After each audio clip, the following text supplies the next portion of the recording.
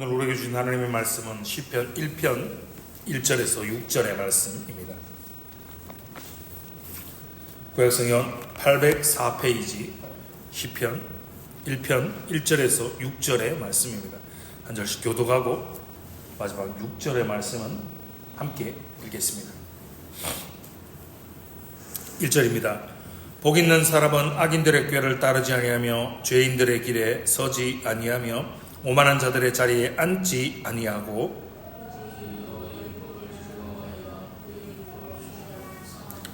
그는 시냇가에 심은 나무가 철을 따라 열매를 맺으며 그 잎사귀가 마르지 아니함 같으니 그가 하는 모든 일이 다 형통하리로다. 그러므로 악인들은 심판을 견디지 못하며 죄인들이 의인들의 모임에 들지 못하리로다. 무릇 의인들의 길은 아멘. 여러분 어떠십니까? 예수 그리스도를 믿고 신앙생활을 하면서 살아가는 것이 여러분 어떠십니까? 쉽습니까? 아니면 혹 어려우십니까? 저는 참 어려운 것 같습니다. 한번 생각해 보았습니다. 도대체 왜 우리의 신앙생활이 이렇게 힘든 것일까라고 말입니다. 국민 MC라고 알려진 유재석이 진행하는 한 프로그램에 연예인 K씨가 나와서 이런저런 이야기를 하다가 이런 이야기를 했습니다. 나는 하는 일이 연예인이고 하는 일이 배우일 뿐이지 내 삶이, 내 인생이 내가 연예인이 아니다라고 말입니다. 그러면서 그는 말하기를 그는 촬영을 할 때 슛컷이 들어가서 촬영을 할 때만 배우와 연예인으로 살아갈 뿐이지 촬영이 없는 일상의 평상시의 삶에서는 그냥 마음 가는 대로 일반인처럼 그냥 편하게 하고 싶은 대로 하면서 살아간다라고 이야기를 하더라고요. 그 얘기를 들으면서 부럽더라고요. 참 속 편한 인생을 살아가고 있구나라고 말입니다. 여러분 세상의 사람들이 참 편하게 살아갈 수 있는 이유가 무엇이라고 생각하십니까? 그들은 그들의 소견에 오른 대로 살아갑니다. 그들은 그냥 하고 싶은 대로 하면서 살아갑니다. 마음 가는 대로 그냥 그렇게 살아가기 때문에 정말 속 편한 세상을 살아가고 있는 것이 아닐까요? 성도의 삶이 저와 여러분의 삶이 때로는 이렇게 무겁고 이렇게 힘들게 느껴지는 이유가 무엇입니까? 저와 여러분의 삶은 지금 이곳 예배를 드리는 이곳 교회에서만 국한되는 것이 아니기 때문입니다. 방금 말씀드렸던 연예인처럼요.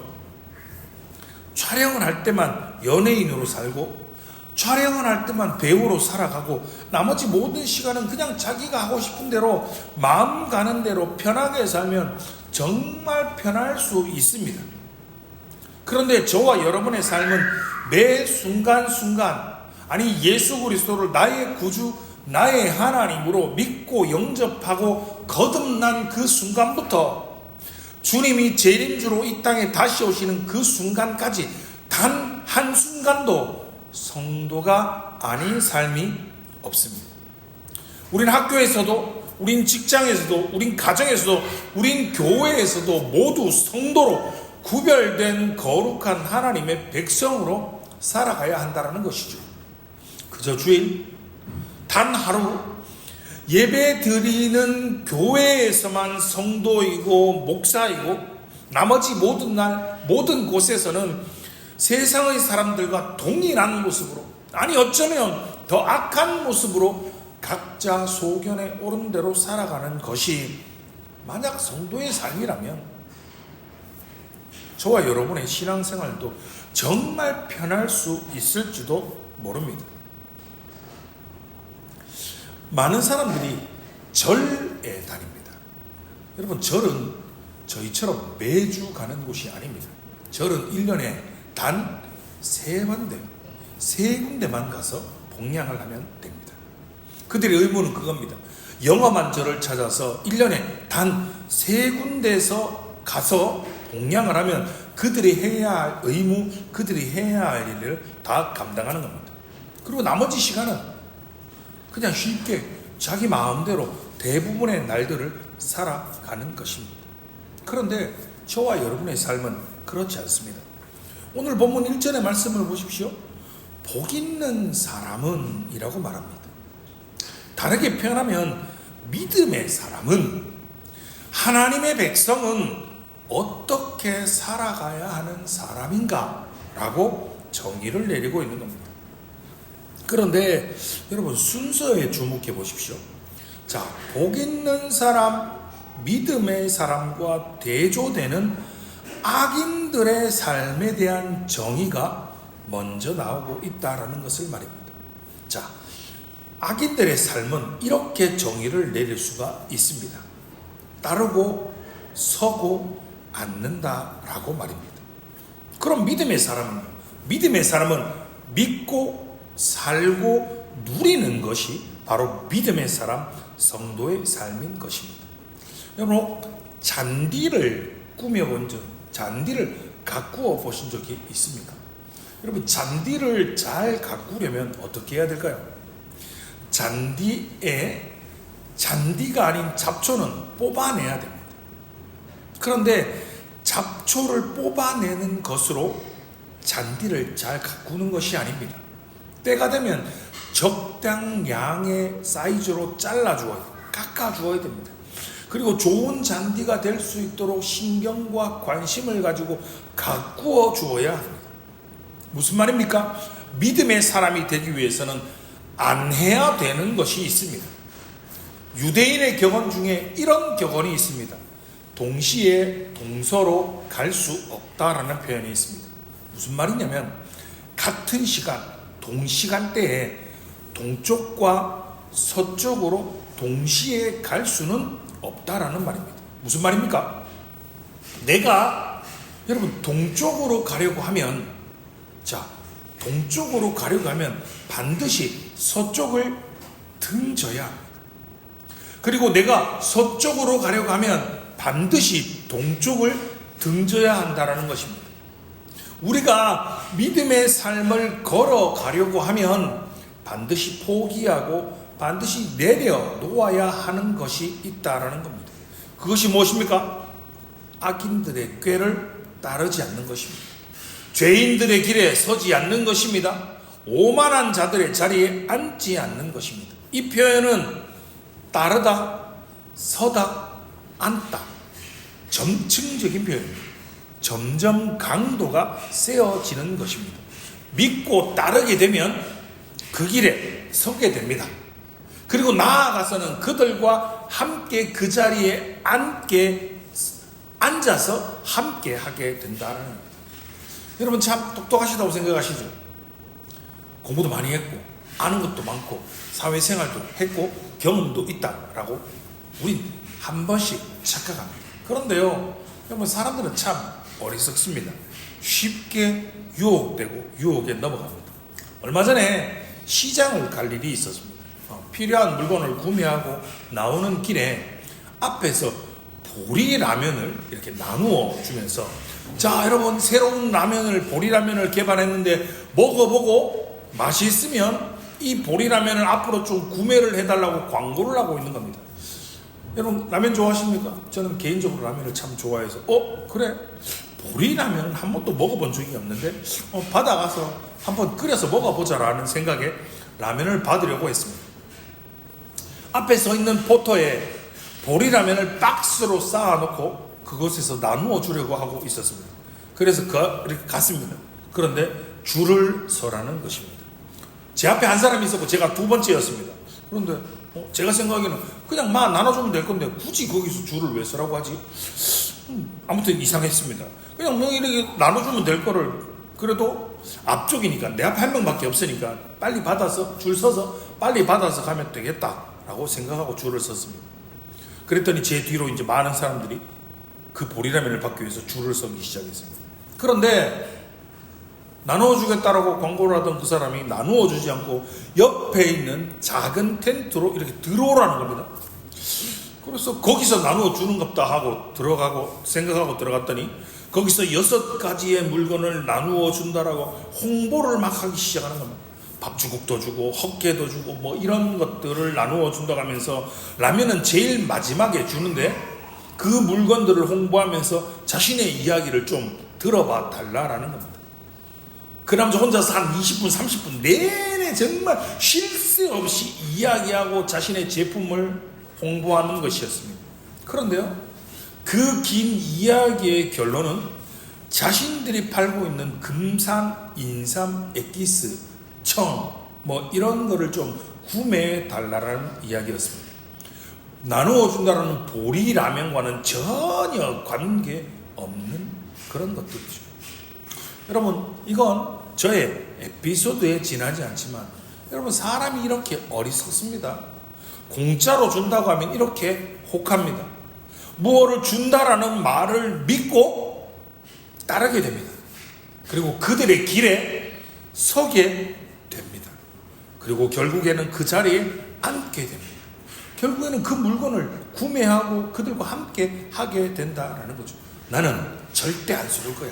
나는 절대 안 넘어갈 거야 라고 다짐하고 결심하지만 순간에 혹하여서 걸려 넘어지는 것이 바로 저와 제 집사람의 모습이었고 어쩌면 우리 모두의 연약한 모습일 수 있다라는 겁니다. 여러분, 그럼 넘어지지 않고 유혹되지 않으려면 안 하는 것도 중요합니다. 믿지 않고 따르지 않고 서지 않고 그들과 함께 앉지 않는 것 중요합니다. 소극적으로는 하지 않아야 합니다. 그러나 적극적으로 해야 하는 것이 우리에게 더 중요합니다. 그것이 무엇입니까? 오늘 본문 2절의 말씀입니다. 2절의 말씀을 다시 한번 읽어보겠습니다. 시작. 오직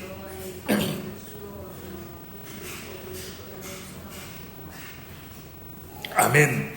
오직 여호와의 율법을 즐거워하여 그의 율법을 주야로 묵상하는도다. 여러분, 여호와의 율법을 즐거워해야 합니다. 즐거워하면 주야로 그것을 묵상할 수 있습니다. 여러분, 청소년 자녀들을 둔 부모님들은 격하게 공감하실 겁니다. 아이들이 집에서 제일 많이 하는 게 뭐죠? 폰으로, PC로 게임을 하는 자녀들에게 좀 고마해라, 고마하고 자라 라고 그렇게 이야기해도 아이들은 주로 어떻게 대답하죠? 입한만, 조금만, 이것만 하고 잘게요. 그렇게 이야기합니다. 왜요? 게임이 즐겁거든요. 게임이 재밌거든요. 그렇기에 그거 하면 시간 가는 줄도 모릅니다. 그것에만 정신을 팝니다. 불러도 이거 해라 그러면 예, 이것만 하고요. 그것에만 정신을 팝니다. 그리고 항상 그것을 하기 위해서 그렇게 애를 씁니다. 복 있는 사람인 저와 여러분은, 믿음의 사람인 저와 여러분은 오직 여호와의 율법을 즐거워하여 주야로 묵상하는 그런 복된 삶 성도님들이 되시기를 주님의 이름으로 축원합니다. 우리가 한 가지 착각에서는, 오해에서는 안 되는 것들이 있습니다. 말씀을 묵상하는 이 지루하고 이 재미없는 것을 주야로 해야 한다. 여러분, 이것을 해야 믿음의 사람이다. 이것을 해야 복 있는 사람이라고 성경이 말하는 것이 아니라는 겁니다. 우리가 믿고 있는 이 신비한 믿음의 세계를 모르는 세상의 사람들은 우리에게 이렇게 말하지 않습니까? 교회 한번 가봤더니 교회에서는 뭐가 그렇게 이것도 하지 마라, 저것도 하지 마라, 이러면 안 된다, 저러면 안 된다, 뭐 안 되는 게, 하지 말라는 게 이렇게 많냐라고 말입니다. 예, 어느 정도는 맞는 말이죠. 그런데 다시 잘 생각해 보십시오. 이스라엘 백성들이 애굽에서 노예로 고통받고 신원하고 있을 때 주님이 십계명의 말씀을 주신 것이 아닙니다. 계명의 말씀을 주시면서 자, 너희 이것 하고 이거는 하고 이건 하지 않으면 내가 너희를 구원해 줄게 라고 말씀하지 않았다는 겁니다. 이미 건져서 그들을 구원해 주시고 은혜를 이미 앞서 베풀어 주시고 내가 너희를 이렇게 사랑해서 구원하고 내가 너희에게 은혜를 베풀고 너희를 나의 백성 나의 자녀 삼았으니 너희는 그 사랑에 그 구원의 은혜에 합당한 이런 삶을 살아라 라고 말씀하십니다. 그 삶을 통해 그 열매를 통해서 너희는 나의 백성됨을 나의 자녀됨을 성도됨을 증거하는 삶을 살아가라 라고 말씀하십니다. 오늘 본문을 다시 보십시오. 금해야 하는 것들이 있습니다. 악인들의 꾀를 따르지 마십시오. 따르면 죄인들의 길에 서게 되어 있습니다. 종국에는 그들의 오만한 자리에 함께 앉게 되어 있습니다. 그 결과는 무엇입니까? 바람에 나는 겨와 같습니다. 지금 당장은 좀 잘 되는 것 같아 보일지도 모릅니다. 대충 좀 편하게 좋은 거 아이가? 인생 뭐 있나? 지금 아니면 언제 하겠나? 인생은 한 번뿐이지 않나? 여러분 이런 말들, 이런 표현들 조심하셔야 돼요. 이런 말들과 표현들은 이런 가치관과 기준을 가지고 살아가는 이 땅의 모든 악인들의 결말이 무엇이라고 성경이 말씀하십니다. 그들은 바람에 나는 겨와 같습니다. 그들은 최후의 심판을 견디지 못합니다. 그들은 의인들의 모임에 들지 못합니다. 그들은 여호와께서 인정하지 않습니다. 그들의 길은 결국 망할 것입니다. 그럼 신앙생활 하는 것이 여러분 힘드시죠? 여기 안 힘든 방법이 있습니다. 여기 신앙생활이 안 힘든 비결이 있습니다. 복 있는 사람은 성도의 삶은 성령과 동행하는 삶입니다. 다르게 표현하면 우리가 예수 그리스도를 믿음으로 말미암아 우리를 의롭다 칭해 주시고 우리에게 세상의 끝날까지 우리와 함께하여 주시는 보혜사 성령님을 제3위 성령 하나님을 우리에게 보내어 주셨습니다. 그분이 주님 다시 오시는 그날까지 저와 여러분의 삶을 인도해 주십니다. 이끌어 가십니다. 이걸 신학적인 용어로 성도의 견인이라고 표현합니다. 그런데 왜 우리의 삶이 힘드냐고요? 여러분 혹시 차량 운전하시다가 갑자기 차량 고장이 나서 견인 차량을 한번 주문 불러보신 경험들이 있으실 겁니다. 자, 견인차가 내 차를 견인해서 끌고 가는데 내가 내 차 안에 타서 견인차가 나를 끌고 가지 못하도록 내가 브레이크를 밟았었고 그리고 엑셀을 밟으면서 견인차가 내 차를 끌고 가지 못하도록 안 끌려가겠다고 내가 발버둥 친다라고 생각해 보십시오. 차량 타이어에 연기가 나고 그런 난리가 없을 것입니다. 저와 여러분의 삶도 우리의 믿음의 삶이 좀 평탄하려면 안 힘들려면 성령님께서 저와 여러분의 삶을 이끄시는 대로 인도하여 주시는 대로 견인하여 주시는 대로 우리의 삶 전체를 맡기고 우리의 인생을 맡기면 됩니다. 우리의 자녀도 맡기십시오. 우리의 직장의 문제도 좀 맡기십시오. 우리의 삶의 모든 것들을 성령 하나님께 맡기고 천국 가는 그날까지 이끄시는 대로 우리의 모두를 맡기고 그저 우린 따라가면 됩니다. 그것이 복 있는 사람입니다. 그것이 말씀대로 믿고 살고 누리는 사람입니다. 그런 사람은 형통할 수 있습니다. 육신의 부모가 자녀에게 가장 좋은 것을 주기 위해서 여러분 고군분투하며 살아가고 있지 않습니까? 하물며 천부께서 하늘 아버지 되시는 저와 여러분이 자신의 아들 독생자 예수 그리스도를 죽기까지 사랑해 주신 구원해 주신 저와 여러분을 위해서 우리 교회를 위해서 가장 좋은 것을 우리에게 주시지 않겠습니까? 말씀대로 믿고 말씀을 붙잡고 기도하고 그렇게 살아가십시오. 그렇게 살아갈 때 만사 형통의 은혜를 저와 여러분이 누리게 될 것입니다. 그렇게 걸어가는 저와 여러분의 길이 바로 여호와께서 인정하시는 믿음의 길입니다. 종국에 임하게 될 의인들의 모임이 천국에 이르는 길입니다. 그렇기에 지금 좀 힘들더라 낙심하지 마십시오. 좌절하지 마십시오. 악인들의 꾀를 따르지 마십시오. 죄인들의 길에 서지 마십시오. 오만한 자들의 자리에 앉지 마십시오. 오직 여호와의 율법을 즐거워하여 율법을 주야로 묵상함을 통하여서 말씀대로 믿으시고 말씀대로 순종하며 살아가시고 성령께서 우리의 삶을 인도하시고 우리의 삶 전체를 견인해 가시는 그 은혜로 인하여 세상이 줄 수 없는 평안을 만사형통하는 그런 복된 삶을 풍성하게 누리며 살아가시는 복된 하늘영광교회 모든 성도님들 되시기를 주님의 이름으로 축원합니다.